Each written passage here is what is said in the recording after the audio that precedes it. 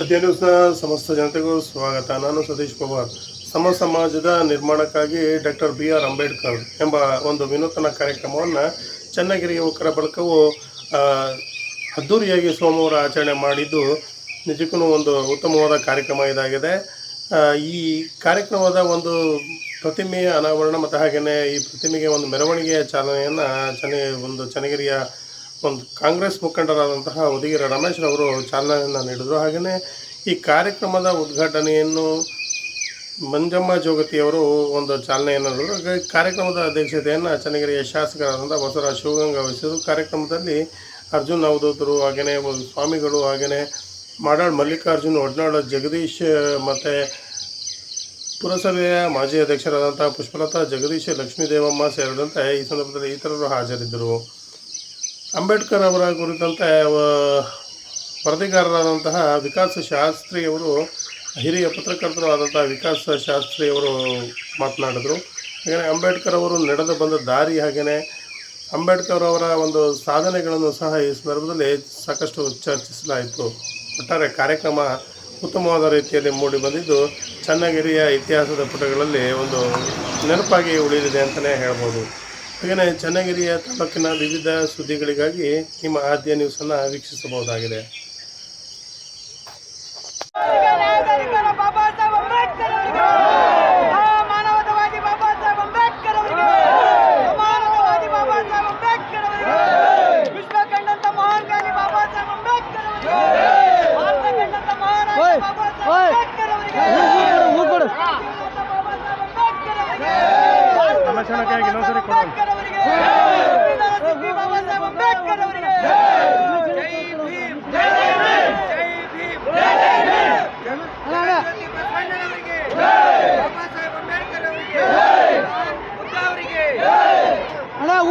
ರಮೇಶಣ್ಣ ರಮೇಶಣ್ಣ ರಮೇಶಣ್ಣ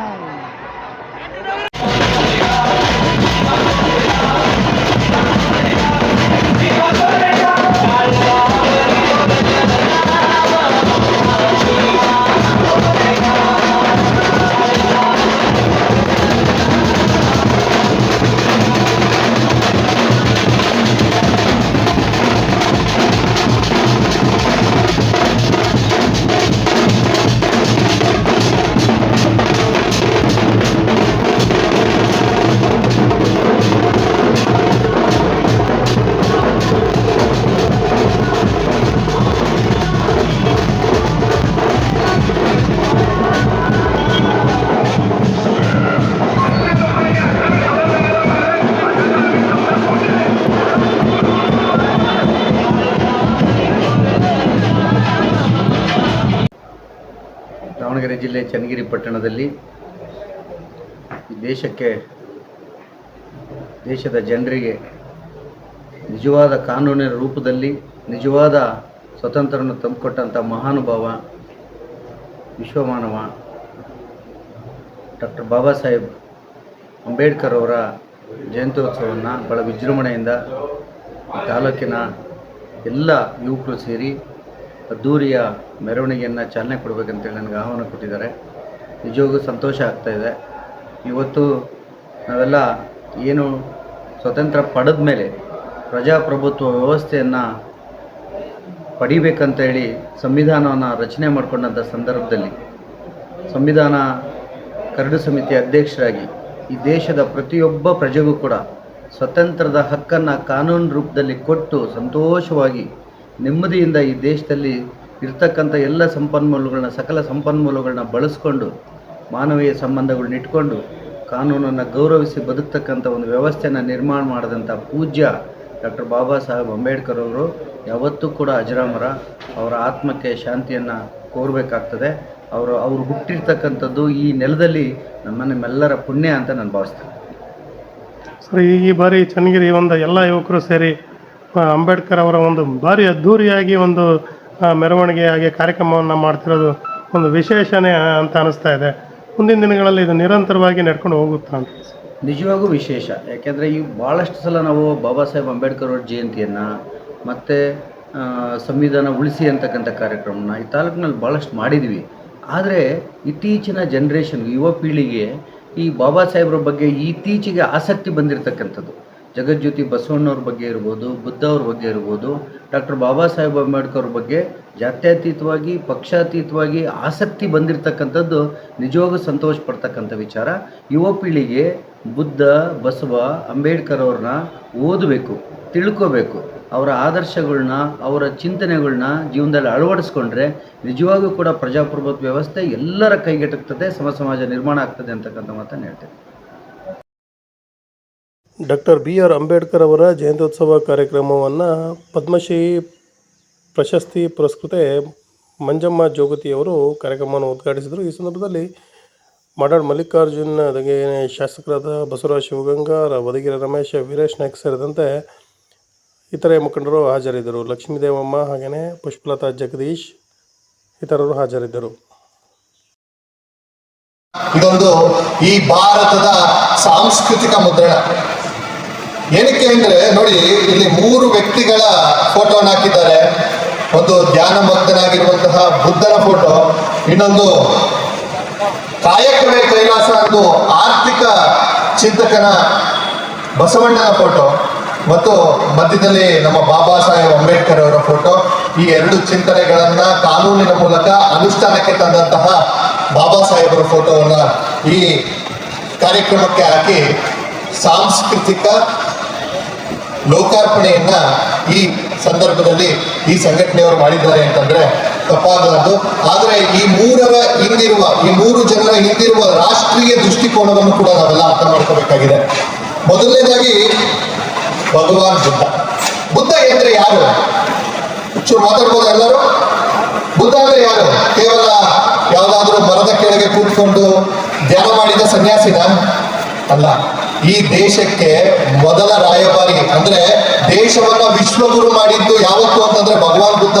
ಅವತ್ತು ಈ ದೇಶದ ಎಲ್ಲ ಹೋಗಿ ಚೈನಾಗ್ ಹೋದ್ರು, ಥೈಲ್ಯಾಂಡ್ ಹೋದ್ರು, ಶ್ರೀಲಂಕಾಗ್ ಹೋದ್ರು, ಎಲ್ಲ ಕಡೆಯೂ ನಮ್ಮ ಭಾರತೀಯ ಸಂಸ್ಕೃತಿಯನ್ನ ಹರಡಿದಂತಹ ಕೆಲಸ ಮಾಡಿದ ಮೊದಲ ವ್ಯಕ್ತಿ ಅಂತಂದ್ರೆ ಅದು ಭಗವಾನ್ ಬುದ್ಧ. ಸರಿನಾ? ಮೊದಲ ಬಾರಿಗೆ ಚನ್ನಗಿರಿಗೆ ಬಂದಿದ್ದು ಅದು ವಿಶೇಷ ಅಂತ. ಸುಮಾರು ಸಾರಿ ನಾನು ಚನ್ನಗಿರಿಯಲ್ಲಿ ಓಡಾಡಿದ್ದೀನಿ. ಅಂದರೆ ಇಲ್ಲಿಂದ ಶಿವಮೊಗ್ಗ ಆಗಿರ್ಬೋದು, ಉಡುಪಿ ಆಗಿರ್ಬೋದು, ಎಲ್ಲ ಹೋದರೂ ಇಲ್ಲಿಂದನೇ ಹೋಗ್ತಾ ಇರ್ತೀನಿ. ನನಗೆ ಹರಿಹರದಿಂದ ರೋಡ್ ಸರಿ ಇಲ್ಲದೆ ಇರೋದ್ರಿಂದ ಇಲ್ಲಿಂದನೇ ಓಡಾಡ್ತಾ ಇರ್ತೀನಿ. ಸುಮಾರು ಸಾರಿ ಬಂದಿದ್ದೀನಿ. ಚನ್ನಗಿರಿಗೆ ಮೊಟ್ಟ ಮೊದಲಿಗೆ ದರ್ಶನ್ ಅವರು ನನ್ನನ್ನು ಇಲ್ಲಿಗೆ ಕರೆಸಿರೋದು ನನಗೆ ತುಂಬ ಸಂತೋಷ ಕೊಟ್ಟಿದೆ. ಅದು ಎಂಥ ಕಾರ್ಯಕ್ರಮಕ್ಕಪ್ಪ ಅಂದರೆ ನಮ್ಮ ಅಂಬೇಡ್ಕರ್ ಅವರ ಜಯಂತ್ಯೋತ್ಸವದ ಕಾರ್ಯಕ್ರಮಕ್ಕೆ ಇವತ್ತು ನನ್ನನ್ನು ಇಲ್ಲಿಗೆ ಕರೆದಿರೋದು ನನಗೆ ತುಂಬ ಸಂತೋಷವನ್ನು ಕೊಟ್ಟಿದೆ. ಇವಾಗ ನಿರೂಪಕರು ಹೇಳ್ತಾ ಇದ್ರು ಮಂಜಮ್ಮನಿಗೆ ಪದ್ಮಶ್ರೀ ಬಂದಿರೋದು ಒಂದು ಅಂಬೇಡ್ಕರ್ ಅವರ ಮಾತಿಂದ, ಸಂವಿಧಾನದಿಂದ ಅಂತ. ಅದು ಸತ್ಯ. ಇವತ್ತು ಒಬ್ಬ ತೃತೀಯ ಲಿಂಗಿ, ಒಬ್ಬ ಜಾನಪದ ಕಲಾವಿದೆ, ಅವರು ಹೇಳಿದಾಗೆ ನನಗೆ ಮಗನಾಗಲಿಲ್ಲ, ಮಗಳಾಗಲಿಲ್ಲ,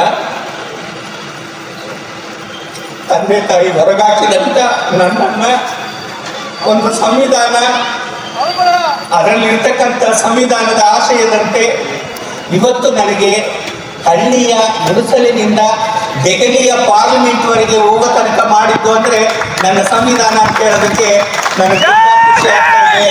ಆ ಸಂವಿಧಾನದಿಂದಲೇ ಇವತ್ತು ನನ್ನ ಸಮುದಾಯಕ್ಕೆ 1% ಮೀಸಲಾತಿ ಸಿಕ್ಕಿದೆ.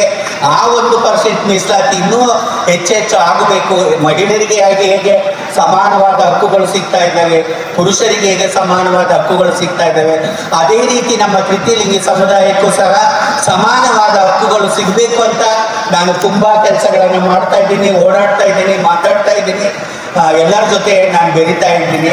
ಅದು ನನಗೆ ತುಂಬ ಸಂತೋಷದ ವಿಚಾರ.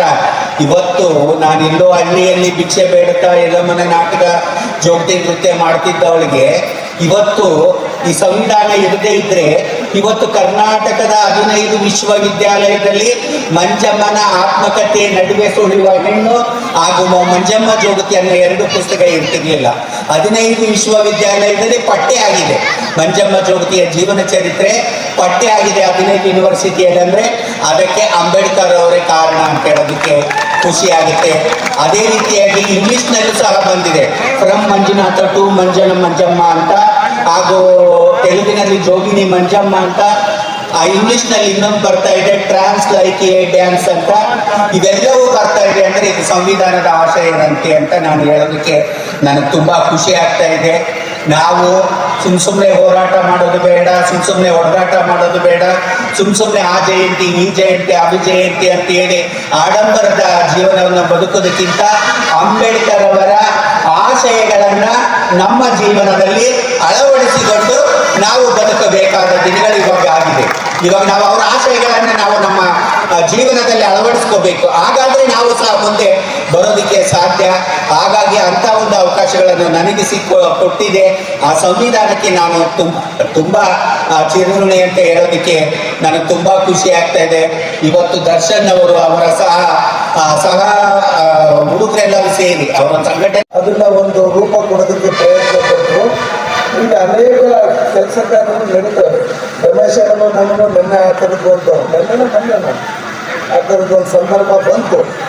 ವ್ಯವಸ್ಥೆಗೆ ಹೊಂದ್ಕೊಂಡು ಮತ್ತು ಪ್ರಶ್ನೆ ಗೌರವಯುತವಾಗಿ ಪ್ರಶ್ನೆ ಮಾಡ್ತಾ ನಮ್ಮ ಹಕ್ಕುಗಳನ್ನು ನಾವು ಸಂಪಾದಿಸ್ಕೊಂಡು ಮುಂದೋಗ್ತಕ್ಕಂಥ ಅನಿವಾರ್ಯತೆ ಇವತ್ತಿನ ಕಾಲದಲ್ಲಿ ಸೃಷ್ಟಿಯಾಗ್ತಾ ಇದೆ. ನಮ್ಮ ಮೈಲಾ ಪಟೇಲ್ರು ಹೇಳ್ತಾ ಇದ್ರು, ನಾವು ಅವರು ಭಾಳ ಚರ್ಚೆ ಮಾಡ್ತೀವಿ. ಅವರು ಒಂದು ಸಮಾಜವಾದಿ ತಂದೆಯ ಕಾಲದಿಂದ ಮತ್ತು ಅಧ್ಯಯನಶೀಲ ಅವ್ರ ಕುಟುಂಬದವರು. ಈಗ ಈ ಕಡೆ ಸಂಘಟನೆಗೆ ಹೋಗ್ತಾರೆ. ತುಂಗಾ ನದಿ ಇದನ್ನ ಸ್ವಚ್ಛತೆ ಅಭಿಯಾನದಲ್ಲಿ ಭಾಳ ಪ್ರಮುಖ ಪಾತ್ರವಾಗಿ ಭಾಗವಹಿಸಿದ್ರು. ಅದರಲ್ಲೇ ನಮ್ಮ ಸ್ನೇಹಿತರುಗಳೆಲ್ಲ ಭಾಗವಹಿಸಿದ್ರೆ ಒಳ್ಳೆ ವ್ಯಕ್ತಿ, ಭಾಳ ಒಳ್ಳೆ ವಿಚಾರ. ನಾನು ಕೇಳಿದ್ರೆ ಒಳ್ಳೇದು ಯಾವ ಬರುತ್ತೆ ಎಲ್ಲದನ್ನು ಸ್ವೀಕಾರ ಮಾಡೋಣ ಮಲ್ಲಿಕಾರ್ಜುನ ಅಂದರು. ಪಾದಯಾತ್ರೆ ಕಳಿಸುತ್ತಿದ್ವಿ. ಒಳ್ಳೇದು ಯಾವ ಎಡರಂಗ ಬರಲಿ, ಬಲರಂಗ ಬರಲಿ, ಮಧ್ಯರಂಗ ಬರಲಿ, ಎಲ್ಲದನ್ನೂ ಸ್ವೀಕಾರ ಮಾಡಿ ಮುಂದಕ್ಕೆ ಹೋಗ್ಬೇಕು ಅಂತ ಒಂದು ಪರಿಸ್ಥಿತಿ ಬಂದಿದೆ. ಸಿದ್ದರಾಮಣ್ಣ ಅವ್ರ ಹತ್ರ ಮಾತಾಡ್ತಿದ್ದೆ, ಒಂದು ಗಂಟೆ ಭೇಟಿ ಆಗಬೇಕು ಮಾತಾಡೋಣ ಅಂತ ಹೇಳಿದರು. ಅಂದರೆ ಸಂಘಟನೆಯಲ್ಲಿ ಕನ್ಫ್ಯೂಸ್ ಆಗಬಾರ್ದು, ಸ್ಪಷ್ಟವಾದ ನಾಯಕತ್ವ ಇರಬೇಕು. ಇದು ನಾಯಕತ್ವ ಅಂದರೆ ಕೇವಲ MLA MP ZP ವಿವೇಕಾನಂದರು, ಪರಮಹಂಸರು ಈ ಥರ ಭಾಳಷ್ಟು ಜನ ಪ್ರಪಂಚದಲ್ಲಿ ಜನರಿಗೆ ಒಳ್ಳೇದಾಗಬೇಕು ಅಂತಂದೇಳಿ ಮಾಡ್ತಾ ಬಂದಿದ್ದಾರೆ. ಅದರಲ್ಲಿ BR ಅಂಬೇಡ್ಕರ್ ಅವರು ಕೂಡ ತನಗೇನು ಅಂತಂದು ಯೋಚನೆ ಮಾಡ್ದಂಗೆ ಎಲ್ಲರಿಗೂ ಏನು ಅಂತ ಯೋಚನೆ ಮಾಡ್ಕೊಂಡು ಬಂದಿರೋಂಥದ್ರಲ್ಲಿ ಡಾಕ್ಟರ್ BR ಅಂಬೇಡ್ಕರ್ ಅವ್ರನ್ನ ನಾವು ಇದರೊಳಗೆ ಇವರು ಈ ಜಾತಿಗೆ ಸೇರಿದವರು, ಈ ಧರ್ಮಕ್ಕೆ ಸೇರಿದವರು ಅಂತ ನಾವು ಯಾರನ್ನೂ ಅದನ್ನ ಬೇರೆ ಬೇರೆ ಅಂತ ನೋಡೋದಕ್ಕಿಂತ ಇವರೆಲ್ಲರೂ ಮಹನೀಯರು, ಮಾನವ ಜನಾಂಗಕ್ಕೆ ಒಳ್ಳೇದಾಗಬೇಕು ಅಂತ ಯೋಚನೆ ಮಾಡಿರೋಂಥವ್ರು ಅಂತನ್ನೋಂಥ ಒಂದು ಸಾರವನ್ನು ತಗೊಂಡು ನಾವು ಭೂತಕಾಲದ ಬಗ್ಗೆ ಹೆಚ್ಚು ಯೋಚನೆ ಮಾಡದೆ ಸ್ವಲ್ಪ ಯೋಚನೆ ಮಾಡಬೇಕು. ನಮ್ಮ ವ್ಯವಸ್ಥೆ ಆಗಬಾರ್ದು. ಯಾಕಪ್ಪ ಅಂದರೆ ಅಂಬೇಡ್ಕರ್ ನಡೆಸಿರೋಂಥ ದಾರಿ, ಅವ್ರು ಹೇಳ್ಕೊಟ್ಟಿರೋಂಥ ದಾರಿ ದೀಪಗಳು, ಶಿಕ್ಷಣ, ಅವ್ರ ಮೊದಲನೇ ಆದ್ಯತೆ ಶಿಕ್ಷಣ. ನಾವೆಲ್ಲ ನೋಡಿದ್ವಿ. ನಾನು ಚನ್ನಗಿರಿ ವಿಧಾನಸಭಾ ಕ್ಷೇತ್ರ ನಿಮ್ಮೆಲ್ಲ ಆಶ್ರಯವಾದ ಶಾಸಕನಾದಾಗಿಂದ ಜಾಸ್ತಿ ಅತಿ ಹೆಚ್ಚು ಒತ್ತು ಕೊಟ್ಟು ಶಿಕ್ಷಣಕ್ಕೆ ಅತಿ ಹೆಚ್ಚು ಒತ್ತನ್ನು ಕೊಟ್ಟಿದ್ದೀನಿ. ಅದೇ ರೀತಿ ಈ ಬಾರಿ ರಾಜ್ಯಕ್ಕೆ ಮೊದಲನೇ ರ್ಯಾಂಕ್ ಅನುಸಾರ ನಮ್ಮ ಚನ್ನಗಿರಿ ಹೈಸ್ಕೂಲ್ SLC ಫಲಿತಾಂಶದಲ್ಲಿ ತಂದಿದ್ವಿ. ಯಾಕಪ್ಪ ಅಂದರೆ ತಾವೆಲ್ಲ ನೋಡಿ ಸಂಜೆ ಶಾಲೆನ ನಾನು ಆರಂಭ ಮಾಡಿದ್ವಿ. ಅದ್ರ ಜೊತೆ ಮೊಬೈಲ್ ಆ್ಯಪನ್ನು ಶಿಕ್ಷಣದ ಒಂದು ಆ್ಯಪನ್ನು ಸಹ ತಂದು ಶಿಕ್ಷಣಕ್ಕೆ ಒತ್ತು ಕೊಡ್ತಾ ಇದ್ವಿ. ಇದು ಅಂಬೇಡ್ಕರ್ನ ನಾವು ಇವತ್ತೇನು ನೆನೆಸ್ಬೇಕಪ್ಪ ಅಂದರೆ ಈ ಥರ ಒಂದು ಕಾರ್ಯ ಮಾಡಿದ್ರೆ ಮಾತ್ರ ಈ ಒಂದು ಕಾರ್ಯಕ್ರಮದ ವೇದಿಕೆ ಬಂದು ಮಾತಾಡೋದು ಸಹ ಅರ್ಥ ಆಗ್ತದೆ. ಈ ಒಂದು ಕಾರ್ಯಕ್ರಮ ಮಾಡಿದ್ರಿಗೂ ಸಹ ಅರ್ಥ ಆಗ್ತದೆ. ಕರೆದಿರೋಂಥವ್ರಿಗೂ ಒಂದು ಗೌರವ ಕೊಟ್ಟಾಗ್ತದೆ. ಅದು ಬಿಟ್ಟು ನಾವು ಬರೀ ಭಾಷಣ ಮಾಡಿ ಹೋಗಿ ಮತ್ತೆ ಯಥಾಸ್ಥಿತಿ ನಾನಾಯ್ತು ನನ್ನ ರಸ್ತೆ ಮಾಡಿದ್ರೆ ಚರಂಡಿ ಮಾಡೋದಲ್ಲ. ಯಾಕೆಂದರೆ ನಾನು ಒಂದು ಕ್ಲಾಸ್ ಕೊಟ್ಟಿದ್ದೆ ನಮ್ಮ BO ಅವ್ರಿಗೆ. ಹೋದ ಬಾರಿ ನಮ್ಮದು ಎರಡನೇ ಸ್ಥಾನದಲ್ಲಿತ್ತು ದಾವಣಗೆರೆ ಜಿಲ್ಲೆಯಲ್ಲಿ. ಆದರೆ ನಾನು ಈ ಬಾರಿ ಏನು ಮಾಡ್ತೀವಿ ಹೊರತು ದಾವಣಗೆರೆ ಜಿಲ್ಲೆಯಲ್ಲಿ ಪ್ರಥಮ ಸ್ಥಾನಕ್ಕೆ ಬರ್ಬೇಕು ನಾವು SLC ಫಲಿತಾಂಶದಲ್ಲಿ ಅಂತ. ಅದೇ ರೀತಿ ಅವರು ಸಹ ಫಲಿತಾಂಶದಲ್ಲಿ ಪ್ರಥಮ ಸ್ಥಾನ ತಂದರು. ಯಾಕೆ ಪ್ರಥಮ ಸ್ಥಾನ ಕೇಳ್ಕೊಂಡೆ ಅಂದರೆ ನಮ್ಮಲ್ಲಿ ಪ್ರೈವೇಟ್ ಸ್ಕೂಲ್ಗಳಂತೆ ಗೌರ್ಮೆಂಟ್ ಸ್ಕೂಲಲ್ಲೇ ರಿಸಲ್ಟ್ ಬಂದಿರೋದು, ಜೊತೆಗೆ ಗೌರ್ಮೆಂಟ್ ಸ್ಕೂಲಲ್ಲೇ ಅತಿ ಹೆಚ್ಚು ಅಂಕಗಳನ್ನ ಗಳಿಸಿರೋದು, ಜೊತೆಗೆ ನಮ್ಮಲ್ಲಿ ಅತಿ ಹೆಚ್ಚು ಸರ್ಕಾರಿ ಶಾಲೆನೇ ಇರೋದು. ಯಾಕೆಂದರೆ ದಾವಣಗೆರೆ ತಾವೆಲ್ಲ ನೋಡಿದ್ವಿ. ನಮ್ಮ ಮಕ್ಕಳನ್ನು ಸೇರಿ ನಿಮ್ಮ ಮಕ್ಕಳನ್ನು ಸೇರಿ ಪ್ರೈವೇಟ್ ಶಾಲೆಯಲ್ಲಿ ಸೇರಿಸೋದನ್ನು ಒತ್ತು ಕೊಟ್ಟು ಪ್ರೈವೇಟ್ ಶಾಲೆಯಲ್ಲಿ ನಾವು ದಾವಣಗೆರೆಗೆ ಕಳಿಸಿ. ಆದರೆ ಇವತ್ತು ದಾವಣಗೆರೆ ಯಾವ ಭಾಗದಲ್ಲಿದೆ ಅಂದರೆ 5 ಮತ್ತು 6ನೇ ಸ್ಥಾನದಲ್ಲಿ ಉತ್ತರ ಮತ್ತು ದಕ್ಷಿಣ ಭಾಗ ಇದೆ. ಆದರೆ ದಾವಣಗೆರೆ ಜಿಲ್ಲೆಯಲ್ಲಿ ಪ್ರಥಮ ಸ್ಥಾನದಲ್ಲಿ ನಮ್ಮ ಚನ್ನಗಿರಿ ತಾಲೂಕು. ಯಾಕೆ